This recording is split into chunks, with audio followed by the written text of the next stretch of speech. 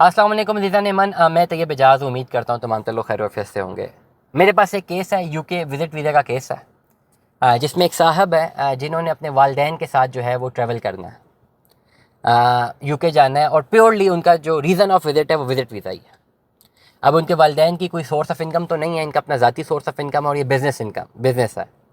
ये खुद जाना चाहते हैं और चाहते हैं कि इनके वालिदैन भी इनके साथ चले जाएँ। बट कैसे केस अप्लाई करना है? क्या केस ऐसे अप्लाई होगा कि खाली इनकी बैंक स्टेटमेंट लग जाए और बाकी वालिदैन इन पे डिपेंडेंट हो जाए? क्या इस तरह काम होगा? या ये बिज़नेस करते हैं तो क्या बिज़नेस स्टेटमेंट लगाने से इनको वीज़ा मिल जाएगा?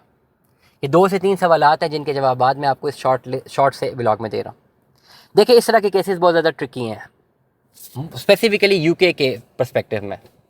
एक आदमी जो कि बिज़नेसमैन है, जिसके अकाउंट में करोड़ों रुपए की ट्रांजैक्शन हो रही हैं, वो बहुत कॉन्फिडेंट होता है कि भाई मैंने ये बिज़नेस स्टेटमेंट लगानी है, मेरे पास तो ट्रांजैक्शन नहीं करोड़ों रुपए की है, साथ मैंने ये शो करना है कि भाई मेरे वालिदैन दोनों मेरे पे डिपेंडेंट है और एम्बेसी आसानी से वीज़ा दे देगी।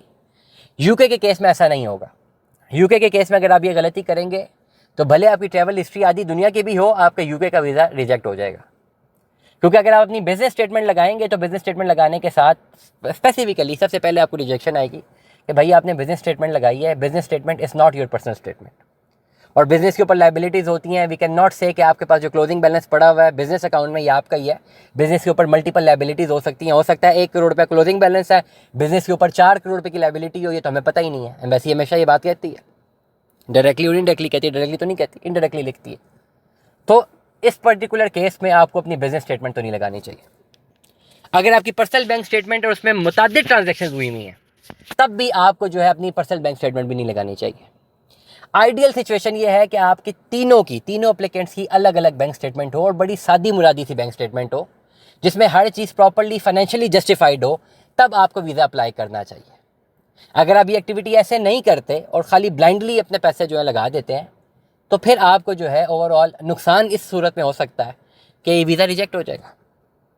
आपको अगर रहनुमाई चाहिए, इस तरह के केसेस हैं और आपने जेन्युइनली विजिट वीज़ा पे अप्लाई करना है, तो आप मुझे व्हाट्सएप पर 03365817 पर अपना जो है इस व्लॉग का लिंक भेज सकते हैं मुझे। और मुझे आपने बताना है प्योरली कि आपका reason of visit properly visit visa होना चाहिए और आपका एक प्रॉपर सोर्स ऑफ इनकम होना चाहिए। बैंक स्टेटमेंट आपकी पर्सनल होनी चाहिए। उसमें अगर कोई लूप होल्स होंगे तो मैं आपको एडवाइस करूँगा कि कैसे लूप होल्स को काउंटर करना है। दुआ में याद रखिएगा, अपना बहुत सारा ख्याल रखिएगा। स्टे ट्यून में। अल्लाह हाफ़िज़।